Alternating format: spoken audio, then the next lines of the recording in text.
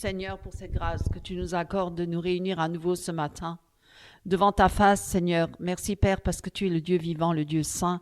Tu es l'Éternel, tu es El Shaddai, Adonai. Et nous voulons encore ce matin nous prosterner devant toi, Seigneur, pour te glorifier, pour t'élever et écouter sur ta voix. Que ce matin encore tu nous enseignes tes paroles. Au nom de Jésus-Christ, Amen.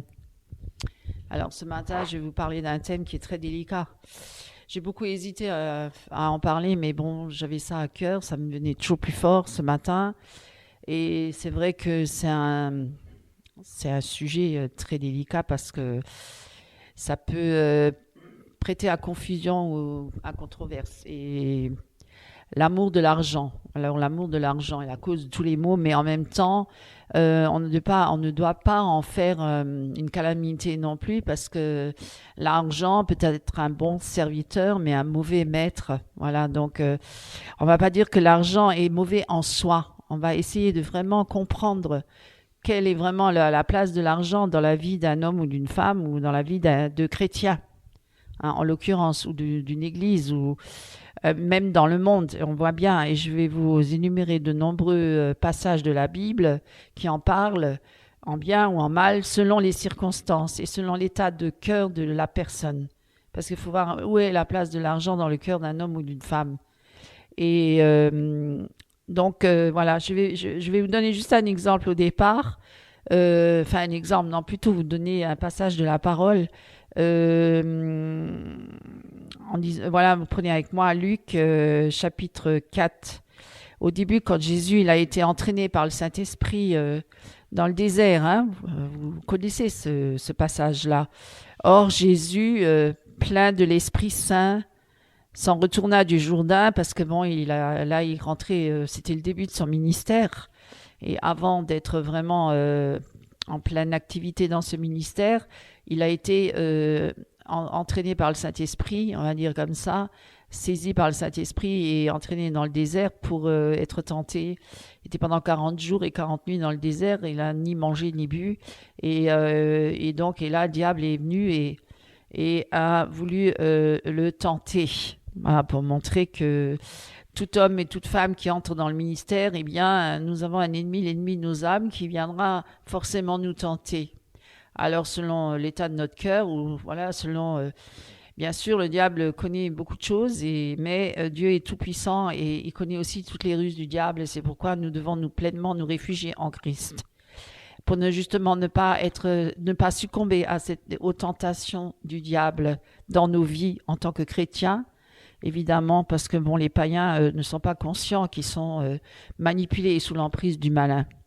Mais nous qui sommes chrétiens, nous devons, si nous sommes enfants de lumière, Dieu nous éclaire et nous parle à travers sa parole, justement pour mettre chaque chose à sa place. Et voilà. Et donc, je vais vous parler donc de ces passages-là en introduction, pour ensuite approfondir un peu plus sur le thème de l'amour de l'argent, ou l'argent tout court.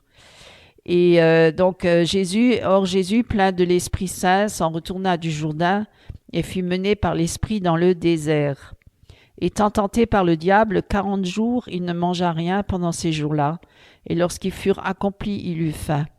Et le diable lui dit, « Si tu es fils de Dieu, dis à cette pierre qu'elle devienne du pain. » Et Jésus lui répondit, disant, « Il est écrit que l'homme ne vivra pas de pain seulement, mais de toute parole de Dieu. » Et le diable, le menant sur une haute montagne, lui montra en un instant tous les royaumes de la terre habités.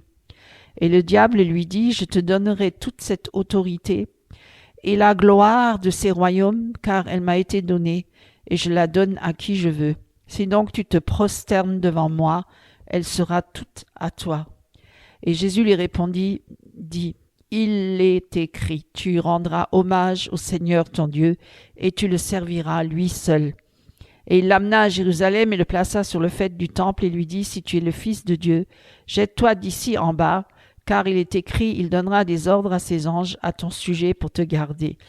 Et ils te porteront sur leurs mains de peur que tu ne heurtes ton pied contre une pierre. » Et Jésus répondant lui dit, « Il est dit, tu ne tenteras pas le Seigneur ton Dieu. » Et ayant accompli toute tentation, le diable se retira d'avec lui pour un temps. Donc pour un temps, ça veut dire qu'il a pas, c'est pas la dernière fois qu'il viendra vers Jésus pour le tenter. Mais mais il s'est retiré parce qu'à ce moment-là, Jésus a eu la victoire sur toutes les tentations du moment que le diable lui avait proposées. Ce que je veux particulièrement appuyer, c'est sur le passage où il dit, déjà, l'homme ne vivra pas de pain seulement, mais de toute parole de Dieu. Donc déjà, on voit que la préoccupation première de nos cœurs doit être de vivre de la parole de Dieu et non pas cette nourriture, surtout cette nourriture spirituelle et ensuite la nourriture, bien sûr, pour le corps, hein, pour maintenir le corps en bon état, en bonne santé, évidemment. Et donc, c'est normal. Mais la priorité, c'est toujours le Seigneur en premier. La priorité, c'est toujours la parole de Dieu. Et ensuite, quand il l'a emmené sur la haute montagne, où il lui a montré tous les royaumes de la terre habités, et où le diable, il lui dit, je te donnerai toute cette autorité, la gloire de ces royaumes, car elle m'a été donnée, je la donne à qui je veux. Donc, si tu te prosternes devant moi, évidemment, elles seront toutes à toi. Et là, on voit que de nombreuses personnes dans le monde ont évidemment, ils se sont laissés tenter par le diable et se sont prosternés devant lui pour obtenir toutes ces richesses et toute cette gloire et cette notoriété sur la terre, vous voyez. Alors, c'est clair que quand on voit ça, on se dit oui, mais Dieu il est souverain et maître de toutes choses, bien sûr, mais il a laissé le diable quand même agir quelque part pour voir où va le cœur de l'homme. Et là, en l'occurrence, si les hommes et les femmes qui ont accepté et se sont laissés tenter par le diable, c'est que leur cœur était plus à aimer le monde et la richesse de ce monde et la gloire de ce monde, et d'obtenir cette gloire à tout prix en se prosternant devant le diable, et beaucoup ont vendu leur âme au diable. Et alors certains vont me dire, surtout ceux qui parlent de l'évangile de prospérité, hein, ils vont dire non, c'est Dieu qui bénit parce que regardez, dans la Bible, évidemment, hein, on pourrait dire qu'il y a des contradictions dans la Bible, mais de dire mais non, regarde Salomon, il a eu toutes les richesses et toute la gloire sur la terre, David, etc. Même Job qui à un moment a été tenté par le diable, mais qui après, une fois qu'il a triomphé de tout ça, qu'il a eu la victoire, Dieu l'a relevé et puis lui a donné un centuple de ce qu'il a perdu et lui a redonné encore beaucoup de richesses. Donc vous voyez, c'est un peu contradictoire parce que eux ils appuient beaucoup là-dessus en disant mais non, Dieu il bénit et on devient riche. Et ça c'est l'Ancien Testament, mais même dans le Nouveau, il y a certains riches qui ont suivi Jésus, hein, dont certaines femmes de notaires, donc des femmes qui étaient très riches et qui étaient là pour le soutenir. Alors, moi, je veux pas dire que l'amour est mauvais en soi et je veux pas dire que l'amour est bon en soi. Je veux vraiment mettre l'argent à sa juste place et j'espère vraiment que le Seigneur m'aide pour qu'on soit éclairé par rapport à ça. Parce qu'on est tellement entouré, bombardé de tous les côtés, sur les réseaux sociaux, à la télé, partout. Le monde nous affiche constamment la richesse et la gloire de certains hommes et femmes, hein, c'est vrai, il faut le dire. Et même partout sur les réseaux sociaux, on fait la promotion de tous ces hommes-là et toutes ces femmes, dont certains sont présidents aujourd'hui, ou voilà, des hommes très très riches, et puis on les glorifie, on les élève, on les adule, et puis on fait croire, et même certains disent c'est Dieu qui m'a rendu riche, hein, comme Elon Musk le disait. Mais bon, moi je veux vraiment qu'on ait du recul par rapport à ça. Hein, et comme certains évangiles de prospérité dont on dénonce même Kenneth Copeland et Benny Hinn et d'autres qui sont des faux pasteurs, des faux prophètes, hein, qui prophétisent des faussetés et qui ne sont jamais accomplis, hein, et donc ce sont des faux prophètes et qui enseignent des faussetés, des hérésies qui ne sont pas du tout bibliques en disant voilà que la pensée positive, pense que tu positivement et tu auras tout ce que tu penses, tu l'obtiendras. Tout ça, c'est des faux évangiles. Vous voyez, donc il faut être très prudent, il faut être vigilant, il faut vraiment veiller, il faut analyser toutes choses, il faut regarder la parole de Dieu de près et il faut prier, demander au Seigneur qu'il nous éclaire. Alors, l'amour de l'argent, c'est la cause de tous les maux, oui. Cette idée, elle provient d'un passage de la Bible, plus précisément dans le Nouveau Testament et dans la première lettre de Paul à Timothée, hein, vous pouvez lire avec moi, hein, à Timothée chapitre 6, verset 10, où on lit « Car l'amour de l'argent est une racine de tous les maux. Et quelques-uns, en étant possédés, se sont égarés loin de la foi et se sont infligés eux-mêmes bien des tourments. » Vous voyez ? Alors ce verset-là souligne que ce n'est pas l'argent en soi qui est mauvais, mais l'attachement excessif, hein, ou l'amour disproportionné pour l'argent qui peut entraîner des comportements destructeurs, hein, des conflits et un éloignement des valeurs spirituelles. Hein, puisqu'ils disent se sont égarés loin de la foi, puisqu'ils ont mis leur foi dans l'argent. Hein, leur sécurité, c'est plus en Jésus-Christ ni leur foi, mais c'est surtout dans l'argent. On le voit bien autour de nous, on le voit partout, même ceux qui ont beaucoup d'argent, ils ne recherchent pas trop la présence de Dieu, eux, ils règlent tous leurs problèmes, tous leurs soucis, leurs inquiétudes, tout ce qu'ils ont, toutes leurs angoisses, ils le règlent avec l'argent. Hein. On dit bien que l'argent, c'est le pouvoir de l'argent. Hein. Ceux qui sont riches, ils ont le pouvoir, forcément. Ils peuvent régner sur la terre parce qu'ils ont l'argent. C'est vrai qu'un pauvre qui n'a rien ne peut pas aller régner, hein, ni sur les personnes, ni sur les nations, ni sur un peuple. C'est vrai qu'il faut avoir beaucoup d'argent pour avoir une notoriété et une gloire, et puis en même temps avoir beaucoup de pouvoir et un impact sur beaucoup de monde. Alors impacter le monde, comme certains chrétiens le disent, eh bien c'est sûr qu'il faut qu'ils soient riches pour impacter le monde. On ne peut pas être pauvre et misérable dans un coin et être chrétien et avoir la foi.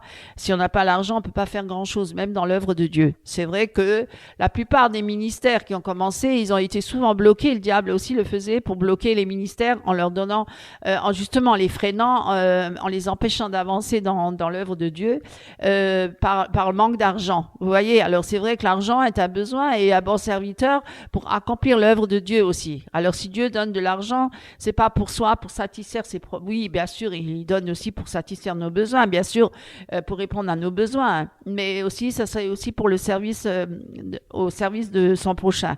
C'est aussi pour servir et pour l'avancement du royaume de Dieu. Vous voyez, donc c'est à double tranchant avec l'argent, hein, c'est très délicat. Hein. Et pourtant, le monde entier est régi par l'argent. Vous voyez bien, quand il y a des crises économiques, hein, et que le pays s'appauvrit, que la misère est grande dans le monde, dans le peuple, dans un pays, eh bien, c'est difficile. Vraiment, on voit la souffrance qui jaillit, beaucoup de maux, beaucoup de maladies, plein de problèmes qui jaillissent parce qu'il y a un manque d'argent, un manque de soins. Évidemment, si on n'a pas d'argent, on ne peut pas se soigner. Certains ont du mal à se soigner parce que certains médicaments coûtent très cher. Et l'hospitalisation, n'en parlons pas. Alors, il faut aussi avoir une assurance maladie. Et si on n'a pas les moyens pour payer une assurance maladie si on est malade, eh bien, on risque de mourir plus tôt que prévu parce qu'on n'a pas l'argent nécessaire pour se soigner. Vous voyez, donc l'argent est quand même utile. Vous voyez, il faut regarder les deux choses. Hein, certains même le disent et le disent même certains chrétiens qui disent « Seigneur, je ne veux pas ni la pauvreté, ni la misère, ni la richesse. Je veux au moins avoir de quoi subvenir à mes besoins et aux besoins de ma famille et aussi aux besoins de ceux qui m'entourent, aussi à mon prochain, pour pouvoir donner aussi à mon prochain. » Voilà, ça c'est une vie équilibrée, vous voyez. Mais quand c'est dans les excès, et l'argent dans les excès, ça peut amener dans de nombreuses attitudes et comportements excessifs de folie aussi, d'avoir la folie des grandeurs et de parfois avoir des idées qui sont très graves et qui peut amener un homme peut-être à accomplir une œuvre qui peut être très destructeur contre l'humanité. Hein, par exemple, la bombe atomique et le reste. Vous voyez, toutes ces bombes et ces armes, oui, pour se défendre. Pourquoi l'homme a tellement besoin de se défendre contre son prochain? Hein, si on était tous unis dans l'amour avec Christ, eh bien, on n'aurait pas besoin de ces armes nucléaires. Vous croyez pas? On n'aurait pas besoin de s'entretuer et de payer aux autres et puis et même de venir avec chacune sa religion et dire moi c'est mon Dieu qui m'inspire comme ça et l'autre il dit moi c'est mon Dieu. Chacun dit qu'il a son Dieu et c'est pas le même Dieu. Et si on était tous soumis et unis à Dieu, il n'y aurait pas besoin de toutes ces guerres et tous ces conflits et on serait tous dans l'amour et on se partagerait tout ensemble, mes amis. Ça c'est utopique. Hein, ça serait c'est le pays, c'est la vie idéale sur la terre. Ah, on va dire le jardin d'Éden, voilà. Mais malheureusement, on l'a perdu. Et maintenant, on est là tous dans un monde déchu, un monde rempli de haine, de disgrâce, un monde qui est en effervescence, dans la révolte complète contre Dieu, un monde qui est dans la destruction et dans le mal et dans l'horreur. Et puis en même temps, il y a aussi, oui, Dieu il agit quand même. Il y a aussi des gens qui se réveillent, qui se lèvent pour Christ, et qui veulent vraiment prier et intercéder pour que les âmes soient sauvées. Et c'est ce que nous devons faire aujourd'hui. Mes amis, nous devons prêcher la bonne nouvelle du salut en Jésus-Christ et que les âmes viennent encore à Christ aujourd'hui avant qu'il soit trop tard. Alors l'argent, oui, ça, c'est vraiment quelque chose de terrible, hein, parce que combien ont tué à cause de l'argent? Combien ont été jaloux, hein, qui ont méprisé Ah, le riche qui méprise le pauvre parce que lui, il est riche, alors il se croit supérieur au pauvre. Et le pauvre qui jalouse le riche et qui voudrait le tuer aussi. Alors vous voyez, ils veulent s'entretuer tous les deux. Parce que là, il est jaloux parce que le riche, il a tout. Et puis le riche, il jalouse il méprise le pauvre, alors il l'écrase et puis il l'exploite. Il le rend esclave pour être son serviteur. Et vous voyez que ça a toujours créé des problèmes sur la terre. Ça a toujours été un problème, l'argent.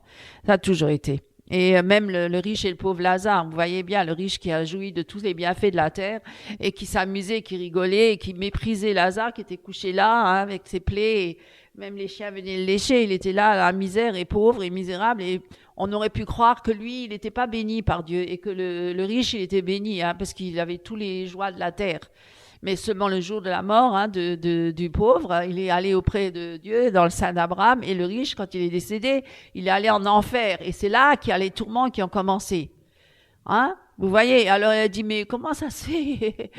Mais oui, tu as eu les bienfaits et les richesses sur la terre. Et Lazare, il a eu toute la misère, mais aujourd'hui, mais ça ne veut pas dire.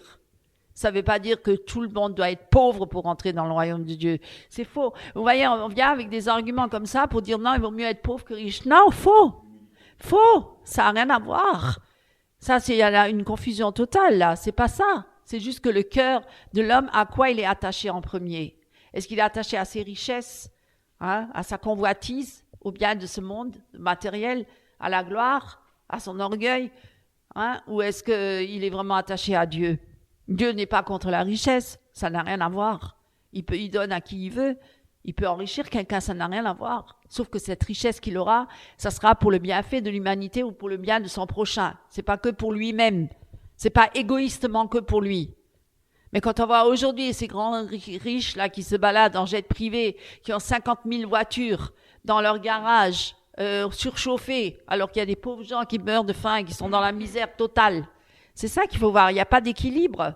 Il n'y a pas d'équilibre dans ce monde. Les uns, ils sont ultra milliardaires et les autres, ils n'ont rien. Donc, ultra pauvres et sont persécutés, certains. Et même des chrétiens qui sont persécutés dans des pays où il y a le communisme ou des régimes dictatoriaux. Et par d'autres, il y a des gens qui vivent dans l'opulence extrême, dans la richesse extrême et qui ont des appartements ou des maisons en or. Tout est en or, tout est en marbre, tout est glamour, et vous vous rendez compte. Et puis, ils font la fête tout le temps. Ils sont tout le temps dans les soirées de cocktails, etc. Vous croyez que ça vient de Dieu, ça? Voilà. Enfin, moi, je vais dire, je vais pas maintenant rentrer dans les détails là. On va revenir à nos moutons, j'allais dire, à nos moutons, et donc parler de l'argent. L'argent. Alors, Dieu nous avertit quand même par rapport à l'amour de l'argent. Parce que c'est un avertissement contre la cupidité. La cupidité, c'est vraiment l'amour de l'argent avant toute chose. Et ce sont les priorités qui sont très mal placées. Voilà, l'amour du gain. Et donc, en invitant les croyants à rechercher avant toute chose et premièrement le royaume de Dieu et sa justice.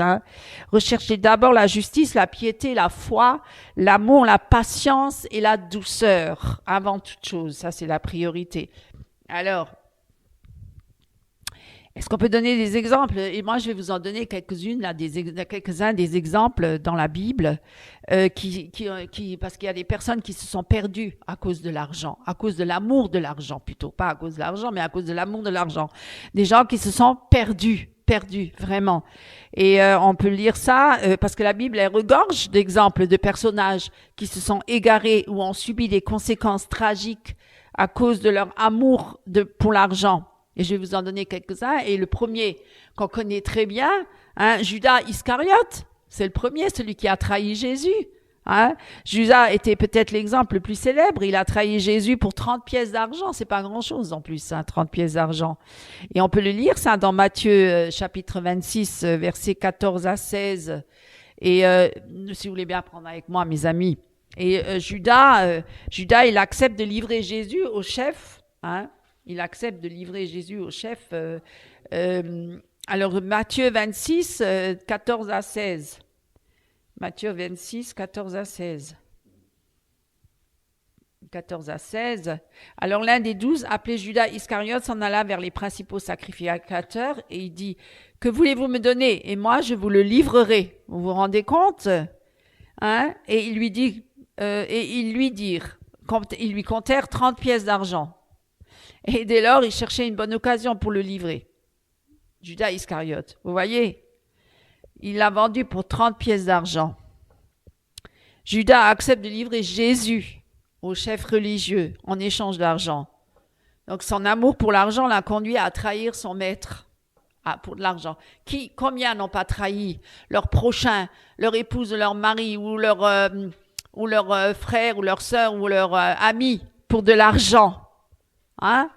Combien n'ont pas trahi? Même à l'époque de Hitler, il y en a beaucoup des Juifs qui ont trahi leurs compatriotes pour une bouchée de pain, pour un petit morceau de pommes de terre de plus dans les camps de concentration. Vous voyez, rien que déjà là, c'était peut-être pas une pièce d'argent, mais c'était toujours, vous voyez, il a trahi ses propres frères pour une bouchée de pain. Et combien trahissent des fois leurs propres frères pour de l'argent, hein? Combien certains, pour avoir un héritage, espèrent et parfois tuent, font des crimes graves en tuant l'homme qui va leur donner cet héritage, en souhaitant sa mort pour l'argent, pour l'amour de l'argent, que ça peut aller jusqu'à pousser jusqu'au crime. Vous voyez bien. Et là, c'est le cas, puisqu'on a tué Jésus, puisqu'il a été livré, hein, grâce à Judas. Son amour pour l'argent l'a conduit à trahir son maître et ami. Pourtant, il a mangé avec lui, il a dormi avec lui. Mais il a ensuite été accablé de remords. Oui, il a été accablé de remords. Ce qui l'a poussé à se suicider. Voyez. Un autre exemple de l'amour de l'argent, Ananias et Saphira. Vous connaissez l'histoire dans la Bible. C'est dans Actes, chapitre 5, versets 1 à 11. Prenez avec moi Actes. Actes, chapitre 5, versets 1 à 11. Mais un homme nommé Ananias, avec Saphira, sa femme, vendit une possession. De connivence avec sa femme, mit de côté une partie du prix. Et en apportant une partie, l'a mis aux pieds des apôtres. Mais Pierre dit, Ananias, pourquoi Satan a-t-il rempli ton cœur, que tu aies menti à l'Esprit Saint et que tu aies mis de côté une partie du prix de la terre? Voyez? Il a menti en même temps. Et si elle fût restée non vendue, ne te demeurerait-elle pas? Et vendue n'était-elle pas en ton pouvoir? Comment as-tu proposé cette action dans ton cœur? Tu n'as pas menti aux hommes, mais à Dieu. Et Ananias, entendant ces paroles, tomba et expira. Et une grande crainte s'empara de tous ceux qui entendirent ces choses. Vous voyez, et sa femme, je ne vais pas tout lire maintenant, mais sa femme a également fait la même chose. Pourquoi ont-ils menti? Ils n'ont pas menti aux hommes. Bien sûr, ils ont menti aux hommes, mais ils ont menti surtout à Dieu. Vous voyez un petit peu? Vous voyez l'amour de l'argent. Ils ont voulu en garder une partie. Et ils ont menti. Ils ont menti au Saint-Esprit. Ce couple dans l'église primitive a vendu une propriété, hein, et a prétendu donner tout l'argent à la communauté, tout en gardant une partie pour eux-mêmes. Leur désir de paraître généreux, on veut paraître généreux, tout en conservant une part pour eux, a révélé leur cupidité et leur hypocrisie. Dieu les a jugés sévèrement et ils sont morts sur le champ. Vous vous imaginez? C'est grave, hein? Il y a un autre exemple dans la Bible. Géasi. Prenez avec moi, on la connaît moins cette histoire-là. Il y en a plein des histoires comme ça. Dans l'Ancien Testament, 2 Rois, chapitre 5. 2 Rois, chapitre 5, versets 20 à 27. 20 à 27. Qu'est-ce qu'on lit? Et Géasi, le jeune homme d'Élysée, homme de Dieu, dit, « Voici, mon maître a épargné Naaman, ce Syrien, en ne prenant pas de sa main ce qu'il avait apporté.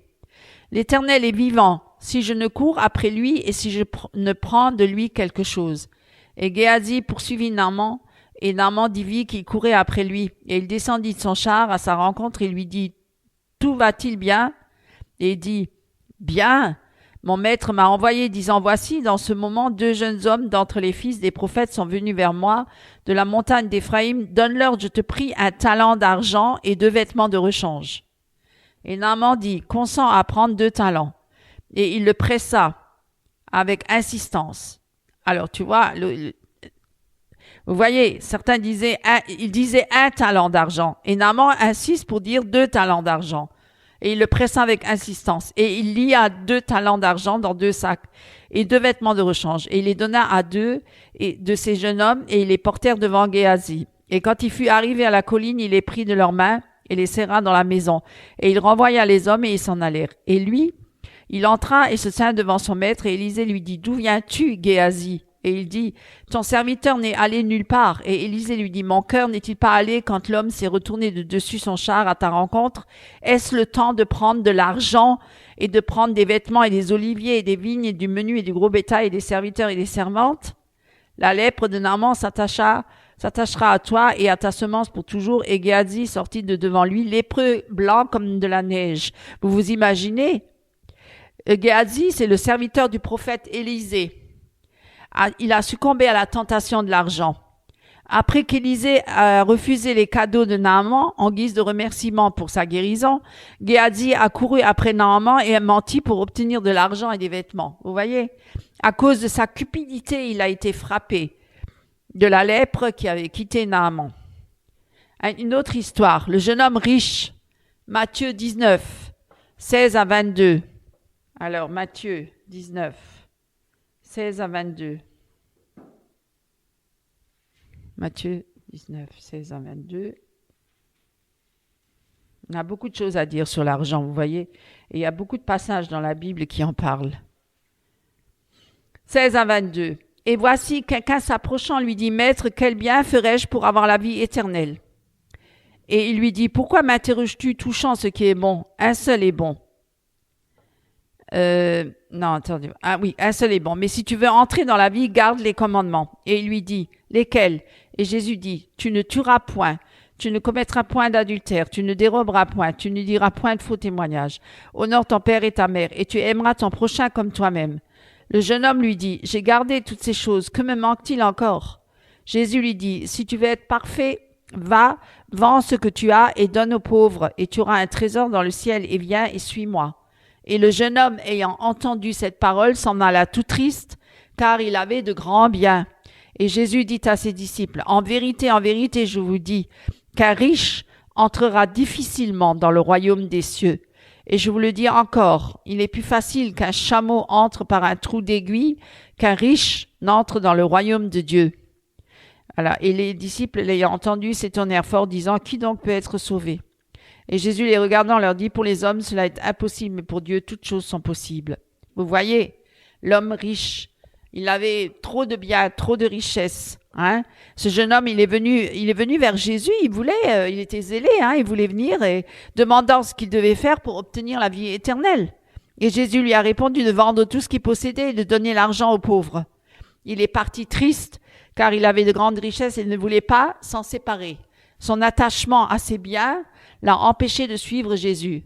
Est-ce que parfois nous ne sommes pas attachés à certaines choses plus qu'à Jésus et qu'on ne veut pas lâcher prise là-dessus et pas renoncer pour suivre vraiment Christ?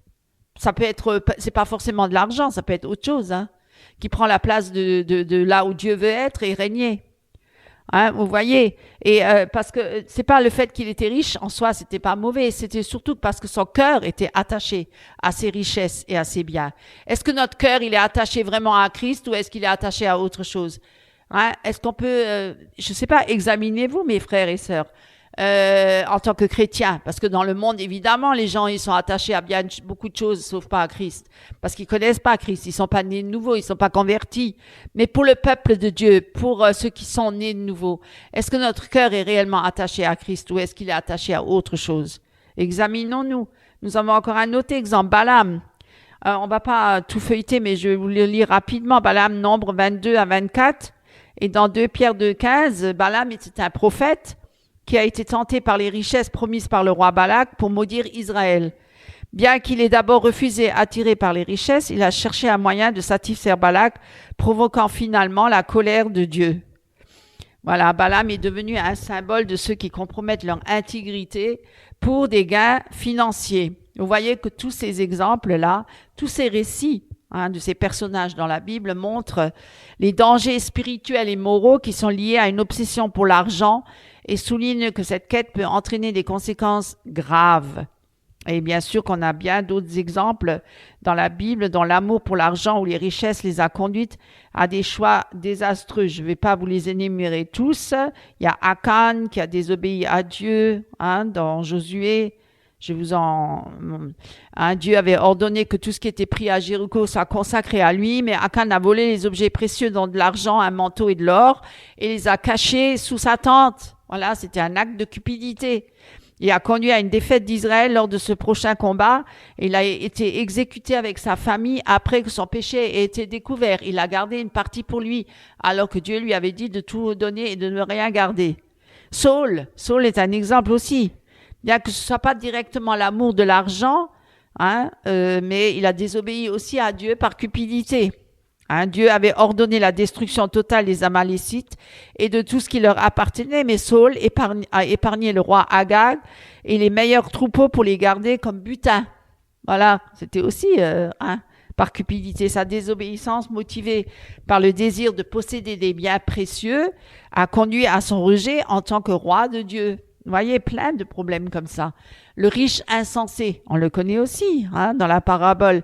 Un riche homme accumule des richesses. On peut lire ça dans Luc. Prenez avec moi Luc, chapitre 12. Parce que celui-là, il est connu.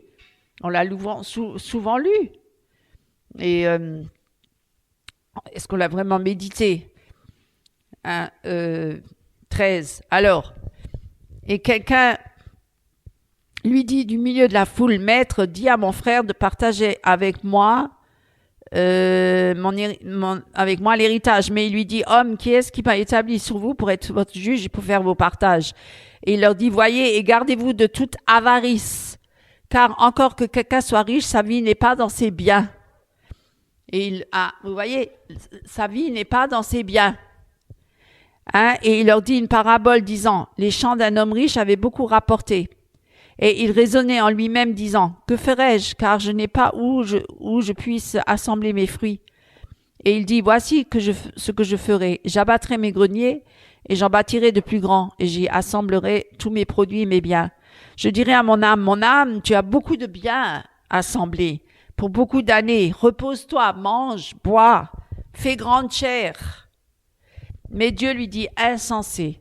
Cette nuit même, ton âme te sera redemandée, et ces choses que tu as préparées, à qui seront-elles? Il en est ainsi de celui qui amasse des trésors pour lui-même et qui n'est pas riche quant à Dieu. Voilà, vous voyez. Et il dit à ses disciples, à cause de cela, je vous dis, ne soyez pas en souci pour la vie, de ce que vous mangerez, ni pour le corps, de quoi vous serez vêtus. La vie est plus que la nourriture, et le corps plus que les vêtements. Vous voyez, c'est ce qui est écrit dans la parole. Considérez les corbeaux, ils ne sèment ni ne moissonnent, et ils n'ont pas de cellier ni de grenier, et Dieu les nourrit. Combien valez-vous mieux que les oiseaux? Et qui d'entre vous, par le souci qu'il se donne, peut ajouter une coudée à sa taille? Est-ce que vous faites des soucis dans votre vie? Est-ce que vous vous préoccupez pour votre avenir, de ce que vous allez devenir sur cette terre? Mais non, Jésus a dit, ne vous souciez de rien. Pouvez-vous rajouter une coudée à votre vie par vos inquiétudes? Non. Est-ce qu'on le met en pratique, ces paroles-là? Si donc, alors, il en est ainsi de celui qui amasse des trésors pour lui-même et qui n'est pas riche quant à Dieu. Et si donc, qui d'entre vous, par le souci qu'il se donne, peut ajouter une coudée à sa taille? Si donc vous ne pouvez pas même ce qui est très petit, pourquoi êtes-vous en souci du reste? Je donne encore un autre exemple. Considérez les lys, comment ils croissent, ils ne travaillent ni ne filent. Cependant, je vous dis que même Salomon, dans toute sa gloire, n'était pas vêtu comme l'un d'eux. Et si Dieu revêt ainsi l'herbe qui est aujourd'hui au champ et qui demain est jetée dans le four, combien plus vous vêtira-t-il, gens de petite foi? Et vous ne recherchez pas à ce que vous mangerez ou ce que vous boirez, et n'en soyez pas en peine, car les nations du monde recherchent toutes ces choses, et votre Père sait que vous avez besoin de ces choses.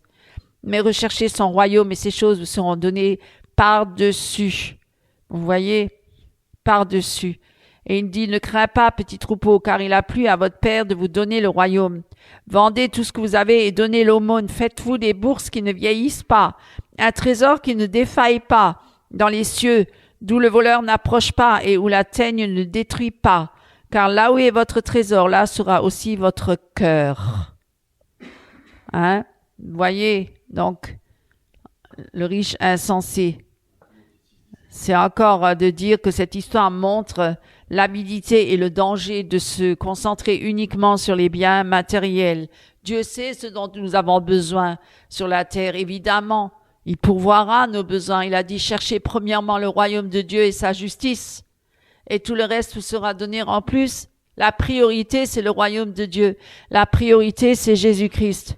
Vous voyez les marchands de temple?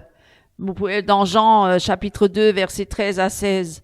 Hein? Prenez avec moi les marchands de temple. Dans Jean chapitre 2, verset... On a beaucoup de choses à dire sur l'argent. 13 à 16. Alors, et la Pâque des Juifs était proche et Jésus monta à Jérusalem. Et il trouva dans le temple les vendeurs de bœufs et de brebis et de colombes et les changeurs qui étaient assis.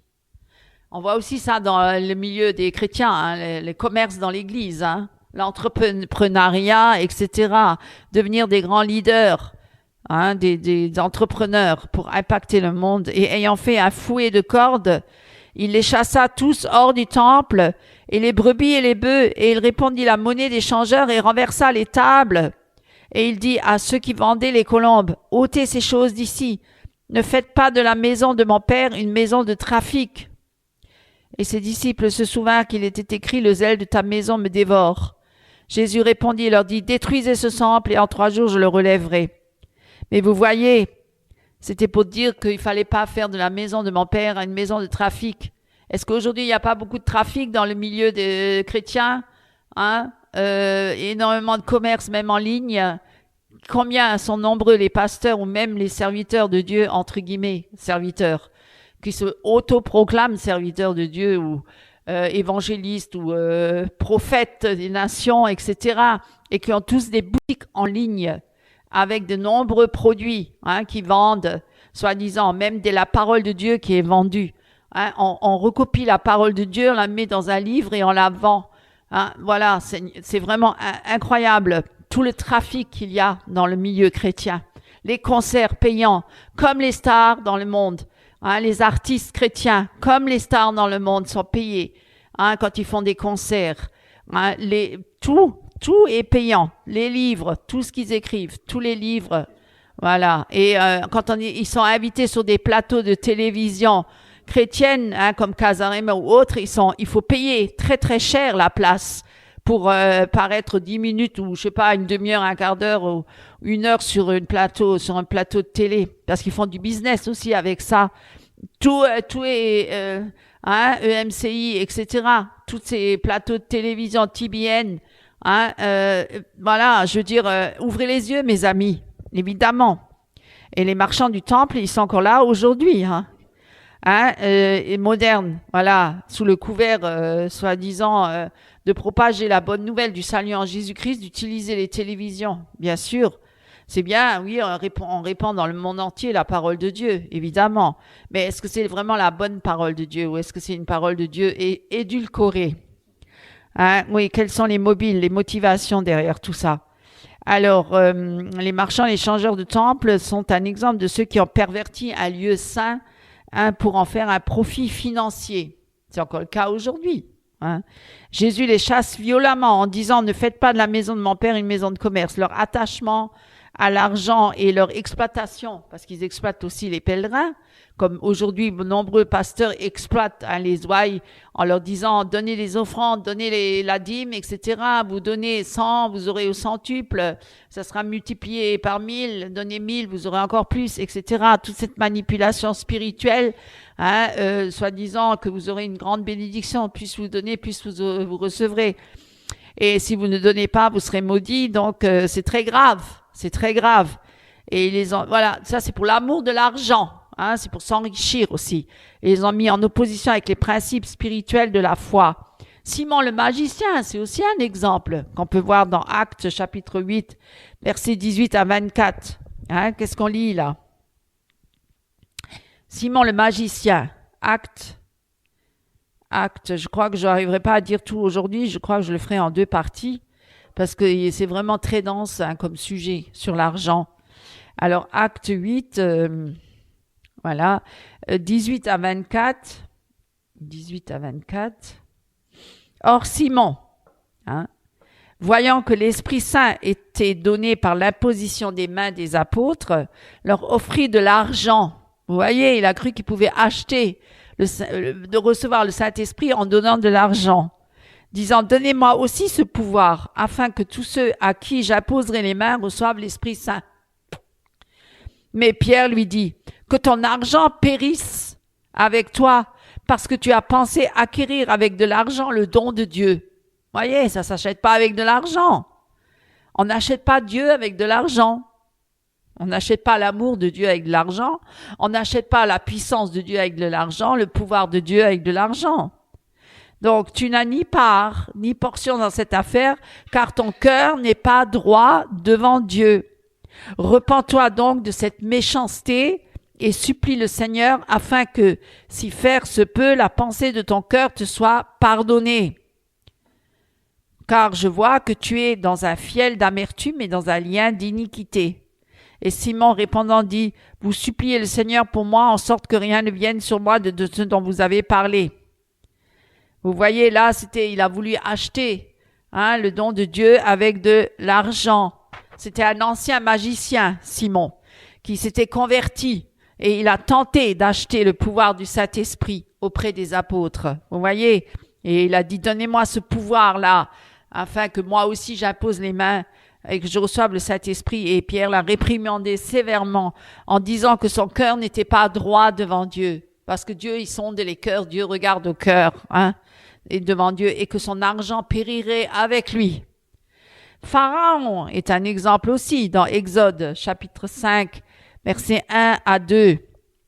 On va quand même le prendre parce que, alors Pharaon, Exode, dans l'Ancien Testament, Exode, chapitre 5, versets 1 à 2. Après cela, Moïse et Aaron allèrent et dirent au Pharaon, « Ainsi dit l'Éternel, le Dieu d'Israël, laisse aller mon peuple afin qu'il me célèbre une fête dans le désert. » Et le Pharaon dit, qui est l'Éternel pour que j'écoute sa voix et que je laisse aller Israël? Je ne connais pas l'Éternel et je ne laisserai pas non plus aller Israël. Voilà, bon, là, on voit pas directement la motivation, elle est par le pouvoir et le profit économique. Mais Pharaon a refusé de libérer les Hébreux. Pourquoi? Parce qu'il constituait pour lui une main-d'œuvre gratuite, essentielle. Parce qu'il construisait ses pyramides, ses tombeaux pour les pharaons. Donc, c'était aussi une forme de cupidité, de garder en esclavage tout ce peuple à son service, pour la servir, pour en faire des esclaves, pour assouvir ses désirs à lui. Et on voit souvent ça aussi dans le monde. Et parfois même dans les églises, où on utilise les ouailles pour être à notre service, au service du pasteur ou au service de certaines personnalités dans l'église pour leur rendre service dans des choses, pour leur satisfaction personnelle. Et ils deviennent un peu leurs esclaves. Nombreux sont ceux qui témoignent aujourd'hui, qui sortent de ces églises de prospérité ou d'évangiles de prospérité, qui se sont ruinés, qui ont donné tant d'argent et tant d'offrandes et de dîmes, et qui se sont retrouvés ruinés à la fin, et qui n'avaient rien pour eux-mêmes, pour leur famille, pour les nourrir. Eh bien, aujourd'hui, on voit des témoignages comme ça, où ils disent, oui, mais le pasteur, il m'a demandé ceci, cela. Les pasteurs, ils demandent tant de choses pour lui-même, pour satisfaire ses besoins personnel, pour sa propre gloire. Et le pharaon, c'était pareil. C'était pour sa propre gloire. C'était pour être glorifié, même éternellement, en construisant des pyramides, pour être toujours le souvenir du pharaon, parce qu'il croyait en la vie éternelle, qu'il allait ressusciter s'il était dans cette pyramide. Enfin, vous connaissez l'histoire. Pharaon a donc refusé de libérer les Hébreux parce qu'il allait perdre une main-d'œuvre pas chère, pour construire justement pour assouvir à tous ses besoins. Sa cupidité et son désir de conserver ses richesses ont conduit à la destruction de son armée et à ses jugements divins contre l'Égypte, évidemment, parce qu'il n'a pas voulu céder et se soumettre à Dieu, à l'Éternel, etc. Moi, je donne encore quelques exemples, je vais m'arrêter après ça, parce que, on continuera dimanche prochain. Il y a encore beaucoup, beaucoup de choses à dire sur l'argent, vous voyez. C'est un sujet vraiment très grave et très, très, très, très important. Qui régit la vie de beaucoup de gens. Et souvent, c'est leur Dieu. Comme on dit, le Dieu Mammon. On va en parler du Dieu Mammon. Et les prêtres corrompus d'Israël Alors, on peut lire ça dans Ézéchiel aussi. Les prêtres corrompus d'Israël. Prenez encore avec moi Ézéchiel, chapitre 22. Ézéchiel, chapitre 22. Ézéchiel, c'est qu'il est lui. Chapitre 22, 12. Alors, au-dedans de toi, ils ont reçu des présents pour verser le sang. Tu as pris intérêt et usure, et tu as fait par l'extorsion un gain déshonnête aux dépens de ton prochain. Et tu m'as oublié, dit le Seigneur l'Éternel. Et voici, j'ai frappé des mains contre ton gain déshonnête que tu as fait, et contre le sang qui est versé au milieu de toi. Voilà, donc c'est pour dire Ézéchiel, hein. Et Michée aussi. Les prophètes dénoncent souvent les dirigeants religieux et civils qui acceptent des pots de vin, on appelle ça, hein, et exploitent les pauvres pour s'enrichir. Et combien se sont enrichis sur le compte des pauvres, hein, des misérables qu'on exploite parfois dans les grandes usines, les entreprises, où on leur paye des misères et le patron qui s'en remplit les poches énormément d'argent pour lui-même. On le voit déjà à sa vie, à un trait de luxe qu'il mène, et on voit les pauvres qui ont tout juste quoi, de subvenir à leurs besoins, hein. Donc on voit bien qu'il y a un problème à ce niveau-là. Par exemple, Michée, il dit, ces chefs jugent pour des présents. Ces sacrificateurs enseignent pour un salaire. Vous voyez, même les sacrificateurs qui se corrompent, les prêtres, hein, qui sont là, qui doivent être l'exemple de la représentation de Dieu sur terre, les sacrificateurs, les prêtres, qui se sont corrompus à cause de l'amour de l'argent, hein, qui enseignent pour un salaire. Combien enseignent pour un salaire? Il y en a qui sont très bien payés, hein, dans le milieu chrétien. Ils n'ont pas un salaire d'ouvriers, ils ont des salaires de multimilliardaires, de multimillionnaires, hein. Voilà, et en plus pour enseigner des hérésies. Vous voyez un petit peu. C'est quand même incroyable ça. C'est d'ailleurs eux qui sont le plus riches, hein. Surtout ceux qui enseignent des hérésies, qui sont très très riches. Et ceux qui annoncent des faux miracles, venez chercher votre miracle, vos prodiges et, hein, et tout ça, et donnez, vous recevrez, etc., qui sont toujours là. On les voit constamment à la télé, à leur TBN télé et tout ça. On les voit tout le temps à venir avec des nouvelles prophéties, hein. Ils sont toujours dans l'ère prophétique, ils ont tout le temps des prophéties. Ouais, parce que bon, et après, n'oubliez pas de faire un don, hein, ils rappellent toujours ça. Il y a la PayPal et tout ça, les dons, etc. N'oubliez surtout pas les dons, hein, parce qu'ils ont vraiment très très peur qu'on les oublie. Et s'il n'y avait pas tous ces réseaux sociaux et tous ces médias, qu'est-ce qu'ils deviendraient tous ces gens-là? Ils seraient pas aussi riches, mais voilà, de nos jours, c'est ça maintenant. De plus en plus de gens s'enrichissent grâce aux réseaux sociaux, grâce à Internet, hein, parce qu'en ligne, de plus en plus. Faites des dons, et beaucoup de gens tombent dans le piège. Et puis maintenant, avec l'intelligence artificielle, hein, on peut arriver à générer de l'argent sur Internet. Je sais pas comment ils font les gens, mais apparemment, il y en a qui connaissent toutes les ruses et les astuces que nous, pauvres chrétiens, on ignore totalement, hein, mais il y en a qui sont très rusés dans la vie pour s'enrichir, hein, d'une manière rusée, bien sûr, hein, détournée. Ils savent comment faire pour... ils cherchent que ça, ils sont que préoccupés par ça. Moi, j'ouvre les réseaux sociaux, il y a beaucoup de choses. Vous voulez gagner beaucoup d'argent, devenir riche en 24 heures. Ouais, alors, ils sont tous là et puis il faut vendre leur pack parce que c'est jamais gratuit, hein. Ils disent que c'est il y aura comment dire une réunion gratuite où je vous expliquerai toute la manière de faire, d'agir, mais après il faut c'est mieux parce que vous saurez pas vraiment comment le manipuler cela. Mais moi je vais vous donner les astuces de ça, mais ça coûte c'est pas très cher, mais c'est un petit pack où il faut la formation. Elle est gratuite en même temps, non, il faut quand même investir un peu, etc. Et c'est ça la ruse, et c'est ça les pièges, et c'est ça la manipulation, c'est la séduction. Et là, les gens, ils tombent dans les pièges parce qu'ils n'ont pas d'argent, ils cherchent l'argent, à gagner de l'argent à tout prix, par tous les moyens, et par des fois des moyens détournés. Et parfois, ils n'arrivent jamais à rien, certains, ils n'ont jamais rien gagné, hein. Mais on donne toujours des exemples, mais c'est des faux exemples, hein, c'est des tromperies, hein, c'est pour tromper l'homme, hein, pour le piéger.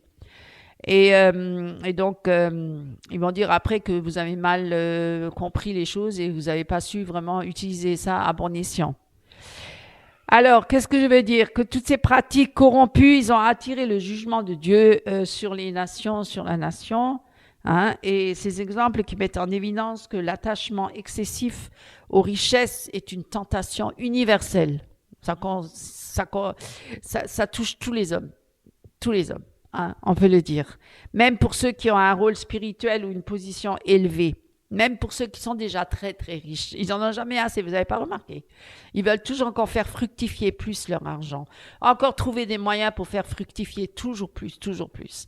Et alors après, pour avoir des idées complètement farfelues, ça ni queue ni tête et que ça ne sert à rien. Mais il y a toujours encore autant de misère sur la terre, alors qu'il y a des gens qui ont tellement d'argent qu'ils pourraient, avec cet argent-là, ils pourraient nourrir la terre entière.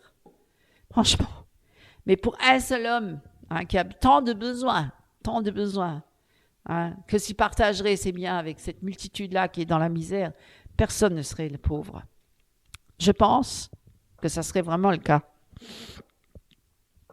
Alors, ces exemples mettent en évidence que, qu'il faut, où est ton cœur, là est ta richesse. Mais la richesse, elle est où? Est-ce qu'elle est pour Dieu ou est-ce qu'elle est pour les biens de ce monde? Et aux richesses, donc, il y a cette tentation, même pour ceux qui sont déjà riches. La Bible rappelle constamment que la vraie richesse, elle réside dans une vie alignée sur les valeurs divines. Hein?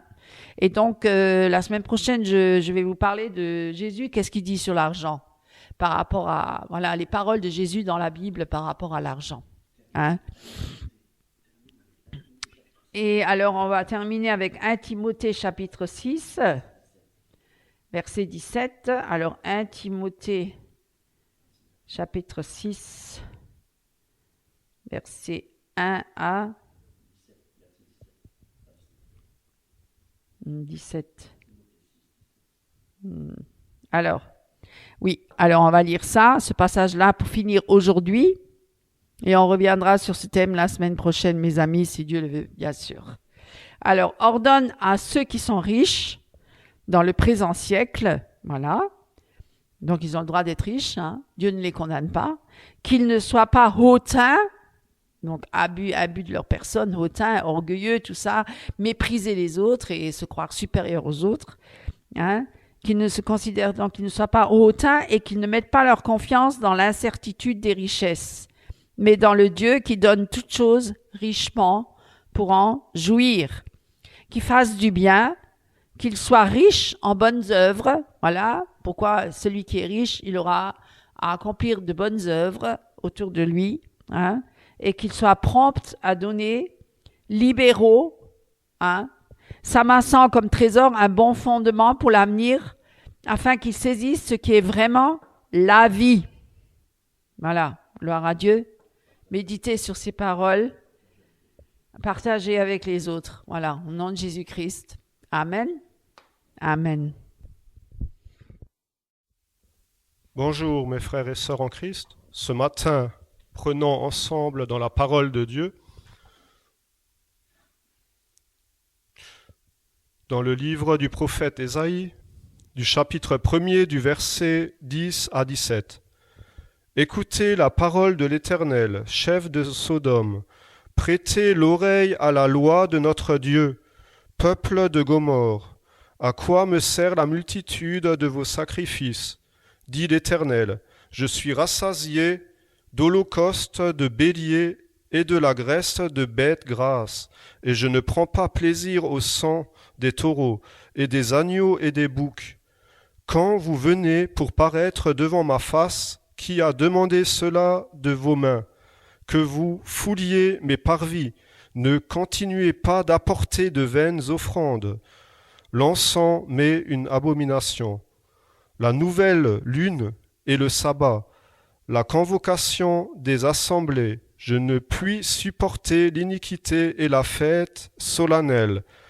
Vos nouvelles lunes et vos assemblées, mon âme les hait. Elles me sont à charge, je suis là de les supporter.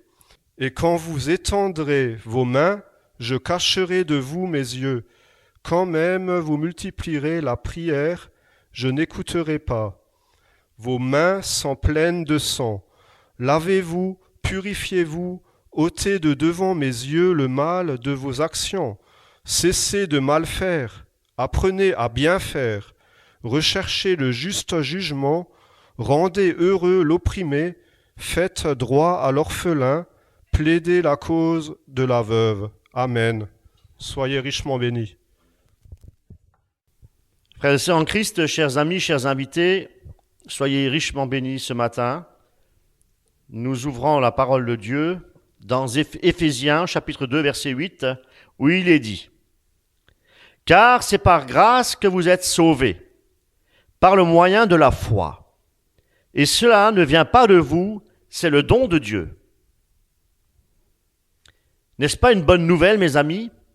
Une bonne nouvelle puissante et aussi une bonne nouvelle qui nous transforme de l'intérieur. Alléluia. Parce que la grâce de Dieu nous transforme. Alléluia. Aujourd'hui, nous allons effectivement aborder une grande vérité de notre foi chrétienne. Le salut par grâce. Alléluia. Le salut par grâce au moyen de la foi. Cette vérité-là, effectivement, elle est souvent de fois mal comprise et c'est pourquoi il est très important de méditer cette doctrine. Et nous allons le faire ce matin.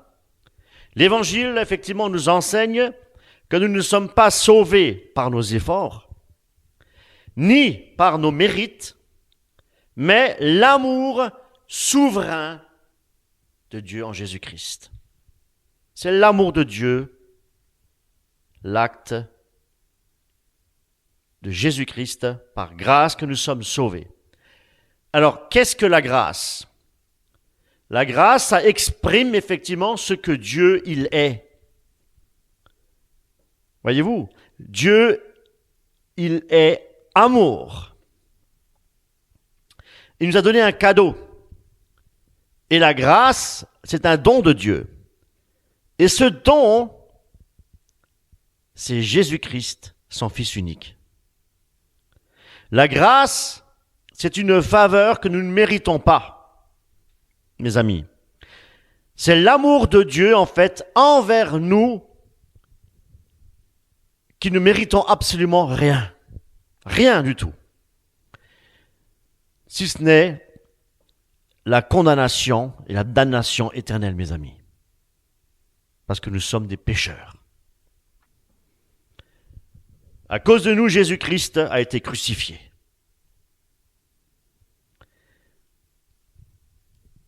Et il s'est offert volontairement, mes amis, en prenant nos péchés et mourir sur la croix à notre place pour nous libérer du péché, pour nous affranchir, pour nous rendre libres, nous dit la parole de Dieu. Et il nous a racheté par cela au prix de son sang, mes amis. Son sang précieux qui est coulé sur la croix pour nous racheter et pour que nous ayons un jour un corps de résurrection. Alléluia.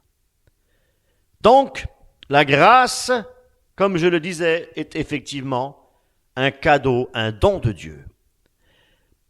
Et ce cadeau-là a été donné parce que justement, nous ne sommes pas bons, parce qu'il n'y a rien de bon dans l'homme, et parce que nous ne sommes pas justes. Nous ne pouvons pas, frères et sœurs en Christ, nous justifier par nos œuvres. Impossible. Mais Dieu nous a donné sa grâce parce que Dieu est bon et parce que Dieu est juste. La parole de Dieu, effectivement, nous enseigne que tous les hommes sont pécheurs. Nous connaissons tous Romains 3,23, que tous ont péché et que tous sont privés de la gloire de Dieu. Le péché, ce n'est pas seulement des mauvaises œuvres, participer à des mauvaises œuvres, mais le péché, c'est aussi une condition spirituelle qui nous sépare de Dieu. Voyez-vous? Dieu, il est saint. Dieu est 3 fois saint, mes amis. Il est la perfection même. Et c'est pourquoi Dieu, dans sa sainteté, ne peut pas tolérer le péché. Mais dans son amour, effectivement, dans son grand amour, dans son amour infini, dans sa compassion, dans sa miséricorde, mes amis, il ne veut qu'aucun aille à la perdition. Aucun. Il ne veut qu'aucun soit condamné. Il n'a pas prévu des âmes pour la condamnation éternelle. Non. Dieu veut qu'aucun soit condamné. Et c'est pourquoi il nous a justifiés. Il nous a justifiés. Alléluia. Et il nous a justifiés par amour pour nous. Par amour. Et cet amour se traduit par son sacrifice. Il s'est offert en sacrifice. Un sacrifice unique et pleinement valable, mes amis. Un sacrifice qui nous lave, qui nous purifie, parce qu'il a versé son sang sur la croix pour nous laver toutes nos iniquités et nos péchés. Comprenant que c'est cette justice-là, la justice de Dieu, qui exige le paiement du péché. Et que c'est l'amour qui pourvoit au moyen de ce paiement par le sacrifice de Jésus-Christ. Romains 5, 8. Dieu prouve son amour envers nous alors que nous étions encore des pécheurs. Christ est mort pour nous. C'est pourquoi la grâce, mes amis, ce n'est pas simplement, on peut dire, un sentiment de bonté envers le pécheur ou pour le pécheur. Mais c'est une action, une œuvre, le don de Jésus-Christ, son sacrifice pour nos péchés et aussi la victoire sur la mort. Alléluia. Maintenant, posons-nous la question. Peut-on perdre la grâce? Selon Luther et selon Calvin, nous ne pouvons pas perdre la grâce. Ce qu'il faut savoir, mes amis, c'est que l'Église des premiers siècles enseignait que la grâce, effectivement, est un cadeau de Dieu donné par amour. Mais ils croyaient aussi qu'il fallait persévérer dans cette grâce. Et c'est ce que je crois, et c'est ce qu'enseignait l'Église primitive des premiers siècles. Si nous choisissons volontairement, mes amis, de nous éloigner de Dieu, nous pouvons perdre cette grâce. Même après avoir été de vrais chrétiens. Dieu nous a créés libres et il nous a donné le libre arbitre, une doctrine qui a toujours été enseignée depuis le début de l'Église primitive. Ce n'est qu'au Moyen-Âge, où c'est la Réforme, où Calvin a changé la doctrine du libre arbitre par le déterministe. Comme l'ancienne secte gnostique des Valentiniens au IIe siècle.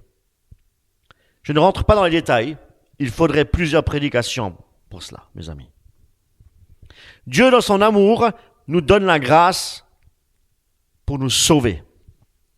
Nous ne pouvons pas la mériter, cette grâce. Cette grâce est un cadeau, mais Dieu ne force personne. Il ne force personne à l'accepter ou à la refuser. Il nous a donné le pouvoir de choisir, soit de rester dans sa grâce, ou soit de nous en éloigner volontairement. Les premiers chrétiens, mes amis, enseignaient que la foi n'est pas seulement un moment unique où nous disons oui à Dieu. C'est une marche quotidienne avec le Seigneur, une relation vivante avec Dieu. Jésus lui-même nous a avertis. Celui qui persévérera jusqu'à la fin sera sauvé. Parole de Jésus-Christ. Dans la parabole du semeur, dans Matthieu 13, certaines graines poussent rapidement, mais meurent ensuite. Elles représentent tous ceux qui reçoivent la parole, mais qui abandonnent quand il y a des difficultés ou lorsqu'il y a effectivement des distractions, on va dire, dans ce monde. Ça montre effectivement qu'il ne suffit pas de commencer bien, mais il faut aussi persévérer dans la foi et dans la grâce. Les premiers chrétiens, ils croyaient que même un vrai croyant peut choisir de s'éloigner de Dieu volontairement. Je répète, les premiers chrétiens croyaient que même lorsqu'un vrai croyant il décidait de ne plus suivre le Seigneur, eh bien, il le faisait. Mais c'était un vrai croyant. Et ce choix, effectivement, ça s'appelle apostasie. Apostasier. Je suis chrétien, je m'étais engagé, mais je renie la grâce. Je renie le Seigneur. Volontairement, je ne veux plus rien savoir. J'étais chrétien. J'étais chrétien.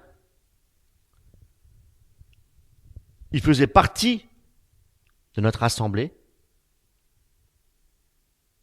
mais il s'est éloigné de l'assemblée volontairement. C'est l'apostasie. Qu'est-ce que c'est apostasier? C'est abandonner la foi. Et c'était un vrai chrétien parce que la foi est un don de Dieu. C'est Dieu qui donne la foi. Donc, lorsque j'ai la foi de Dieu et que je décide volontairement de quitter la grâce de Dieu par le libre arbitre, eh bien, j'apostasie. C'est-à-dire que j'abandonne ma foi volontairement. Et qu'est-ce que c'est que abandonner sa foi? C'est rejeter la grâce.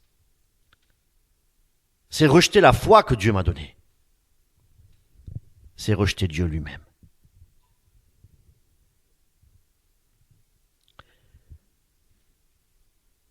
Rejeter Dieu, même après avoir vécu la grâce de Dieu. Paul avertit effectivement dans Hébreux, au chapitre 6, versets 4 à 6, qu'il est possible pour quelqu'un d'avoir goûté effectivement à la grâce de Dieu, mais ensuite de tomber effectivement volontairement. Cet exemple nous montre clairement que le libre arbitre, un chrétien peut refuser la grâce de Dieu. Ce n'est pas que Dieu le rejette, mais que cette personne s'éloigne par lui-même, par ses propres choix, son libre arbitre. Et c'est pour cela que la Bible dit « Travaillez à votre salut avec crainte et tremblement ». Pourquoi avec crainte et tremblement? Si nous sommes sauvés pour toujours, on n'a plus besoin de craindre et plus besoin de trembler devant Dieu. Mais Dieu est compatissant. Et si quelqu'un tombe ou qu'il s'éloigne de la grâce, cela ne veut pas dire qu'il est perdu définitivement. Mais le Seigneur est toujours prêt à l'accueillir, à lui pardonner, si cette personne, effectivement, reconnaît s'être éloignée et qui désire la repentance d'un cœur sincère. Nous connaissons tous l'histoire du fils prodigue. Effectivement, cette parabole nous montre que même si nous partons très loin, alors que nous avons connu le Seigneur, Dieu attend notre retour avec amour. Dieu ne rejette point celui qui vient à lui. Alléluia, Dieu est bon. Dieu a de la compassion. Et si Christ n'est toujours pas revenu, c'est parce qu'il attend encore que des gens se repentent. Parce que Dieu a compassion, Dieu veut qu'aucun ne périsse. Et il n'a pas prédestiné les uns à être sauvés, les autres à aller en enfer. C'est une fausse doctrine, mes amis. Pour revenir à la grâce, il faut reconnaître nos erreurs et changer de cœur. Mais oui. Pourquoi ne pouvons-nous pas nous sauver par nous-mêmes? Bonne question. Beaucoup pensent que de bonnes œuvres suffisent pour être justifié devant Dieu. Si je fais le bien, je suis une bonne personne. Dieu m'acceptera au paradis. Combien de fois, lorsqu'on évangélise, on leur dit, il te faut le Seigneur dans ta vie. Bon, je suis une bonne personne, j'ai jamais tué personne. Mais si on réfléchit un peu, qui peut prétendre être parfait devant un Dieu 3 fois saint? Qui? La Bible dit, je le répète, 3:23, tous ont péché et sont privés de la gloire de Dieu. Même nos meilleures intentions, mes amis, ne sont que remplies d'orgueil. Nos meilleures intentions. Nous mettons si facilement en colère, et notre égoïsme, n'en parlons pas, mes amis. Nous ne pouvons pas atteindre la perfection par nous-mêmes. C'est impossible. C'est impossible parce que nous sommes pécheurs. Et même quand Jésus-Christ dit « Soyez donc parfaits comme votre Père céleste est parfait », ce n'est que possible par la grâce de Dieu que nous pouvons effectivement tendre à la perfection. Sans la grâce de Dieu, mes amis, nous ne sommes rien, nous sommes perdus. Philippiens chapitre 3, verset 12. Ce n'est pas que j'ai déjà remporté le prix ou que j'ai déjà atteint la perfection, mais je cours pour tâcher de le saisir, puisque moi aussi j'ai été saisi par Jésus-Christ. Prophète Ésaïe, chapitre 64, verset 6. Toute notre justice, toutes nos justices sont comme un vêtement souillé. Mes amis, le problème du péché, c'est notre nature corrompue. Le péché nous a rendus spirituellement morts. Éphésiens, chapitre 2, verset 1. Vous étiez morts dans vos offenses et vos péchés. Et une personne, mes amis, qui est morte, elle ne peut pas se ressusciter par elle-même. C'est impossible. De même, un pécheur ne peut pas se racheter par lui-même. La grâce. Si nous devions être sauvés par nos propres œuvres, cela signifie qu'il faudrait obéir d'une manière parfaite aussi à la loi de Dieu. Et cela, effectivement, mes amis, c'est impossible. Mais Jacques a écrit, « Quiconque observe toute la loi, mais qui pêche contre un seul commandement, eh bien, il devient coupable de tous les commandements. » Le rôle de la foi dans le salut, mes amis, on peut se poser la question, pourquoi la foi ne sauve pas en elle-même? Waouh! Je répète, pourquoi la foi ne sauve pas en elle-même? Qu'est-ce que je suis en train de dire là? Est-ce que je suis en train de contredire les réformateurs? Nous lisons effectivement souvent dans l'évangile que Jésus dit « Ta foi t'a sauvé ». Cela peut sembler être en contradiction, effectivement, quand il est dit que seule la grâce sauve.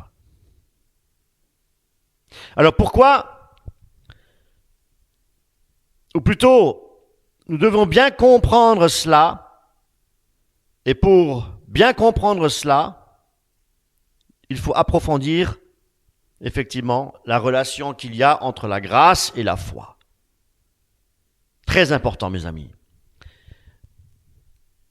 Là, si vous voulez, la grâce, elle sauve, et la foi, elle reçoit. La grâce et la foi. La foi, qu'est-ce que c'est?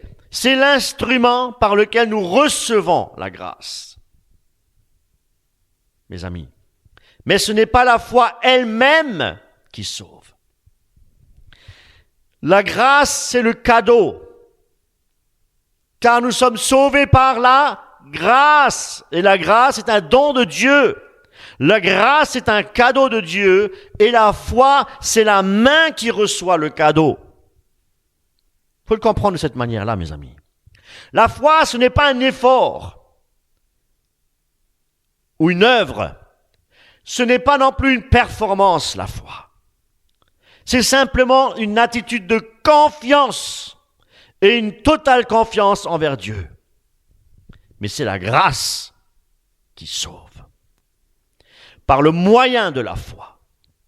Nous comprenons que la foi en elle-même, effectivement, ne peut pas nous sauver. Elle n'est pas une œuvre. La foi n'est pas une œuvre. Ce qui sauve, c'est la grâce. La foi nous relie simplement à ce don, mes amis. Quand Jésus dit « ta foi t'a sauvé », il veut dire que c'est la confiance qui est placée en Jésus-Christ. Et non pas les efforts que l'homme puisse faire, les efforts que l'homme fait, qui lui permet effectivement de recevoir le salut. La foi n'est pas une œuvre, et certaines personnes effectivement peuvent mal comprendre la foi, pensant qu'elle est une sorte d'œuvre humaine, un effort que nous devons faire pour gagner cette grâce. C'est une hérésie, c'est faux. Mais ce n'est pas le cas. Effectivement, la foi est une simple réponse à l'œuvre de Dieu. Voilà ce qui était enseigné dans les premiers siècles, mes amis. La foi n'est pas active en elle-même, mais elle dépend entièrement de ce que Dieu a accompli. Comprenez? Ce n'est pas de vous, c'est le don de Dieu, selon Éphésiens 2:8. Mais maintenant, posons-nous la question, nous devons avoir foi en quoi? Mes amis, avoir la foi, ce n'est pas simplement croire intellectuellement. Mais cette foi-là, elle est centrée sur Jésus-Christ. Jésus-Christ qui est le Fils du Dieu vivant. Jésus-Christ qui a fait, de ce qu'il a fait, effectivement, qu'il est mort et qu'il est ressuscité. Les effets, mes amis, du salut par grâce, au moyen de la foi. Effectivement, lorsque nous comprenons que nous sommes sauvés par grâce, eh bien, ça produit des transformations dans notre vie. Parce que c'est la grâce qui opère. Par le moyen de la foi. On réalise aussi qu'on ne doit rien prouver pour aimer Dieu. Qu'est-ce que vous voulez prouver pour aimer Dieu? Cela nous pousse à vivre dans l'adoration. Nous ne pouvons que adorer Dieu pour ce qu'il est. Qu'est-ce que vous voulez faire pour Dieu? Qu'est-ce que vous voulez prouver à Dieu? Nous devons adorer Dieu. Nos bonnes œuvres, nous les faisons par amour. Et c'est ça la clé. Nous devons tout faire par amour. Donc les bonnes œuvres que nous faisons au Seigneur, c'est par amour. C'est l'amour qui doit nous presser à faire des bonnes œuvres, mes amis. Et pourquoi l'amour nous presse à faire des bonnes œuvres? Pour lui plaire, pour plaire à Dieu. Faites tout, les bonnes actions, actions de grâce, par amour pour le Seigneur, pour plaire à Dieu. Nous ne vivons plus effectivement dans la peur du jugement, parce que nous savons que notre salut, mes amis, ne dépend pas de nos mérites et que notre salut ne dépend pas de nos œuvres, mais de l'œuvre parfaite de Jésus-Christ sur la croix. Restons christocentriques, mes amis. La croix n'est plus prêchée aujourd'hui dans sa plénitude, dans la vérité, comprenez? Une humilité sincère, il nous faut de notre part. Nous devons apprendre à être humbles. Si je suis sauvé par grâce, mes amis, je ne peux pas me vanter de cela.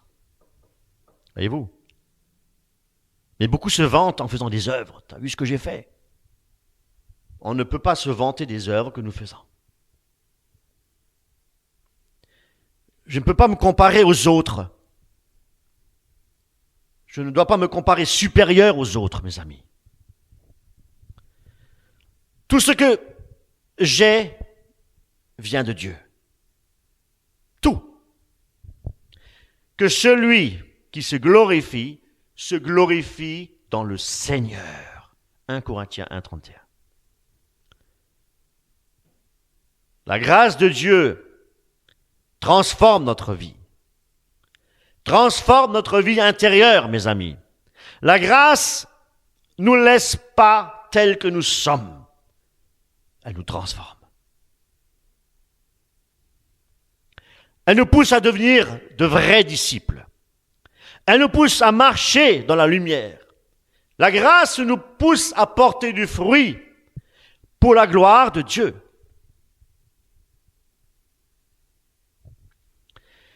Éphésiens 2,10. Car nous sommes son ouvrage, ayant été créés en Jésus pour de bonnes œuvres que Dieu a préparées d'avance. La vraie foi, mes amis, la foi authentique, qu'est-ce qu'elle fait? Elle produit des fruits visibles. Marchant dans cette grâce, frères et sœurs en Christ, la grâce de Dieu, elle est pour tous, elle est universelle. Elle n'est pas réservée aux plus spirituels ou à tous ceux qui semblent être de grands religieux. Elle est pour chaque personne, quel que soit son passé, quelles que soient ses erreurs ou même sa condition actuelle. C'est cela, mes amis, la puissance de l'Évangile. C'est une grâce qui n'est pas limitée. Jésus-Christ n'est pas mort que pour les élus, mes amis. Jésus n'a jamais dit « car Dieu a tant aimé les élus », mais Dieu a tant aimé le monde qu'il a donné son Fils unique, afin que quiconque croit en lui ne périsse point, mais qu'il ait la vie éternelle. Jean 3,16. Pour résumer, mes amis, la grâce, elle sauve, la foi, elle reçoit. Alléluia. Et les œuvres témoignent. C'est par grâce que vous êtes sauvés, par le moyen de la foi. Gloire à notre Seigneur Jésus-Christ. Amen.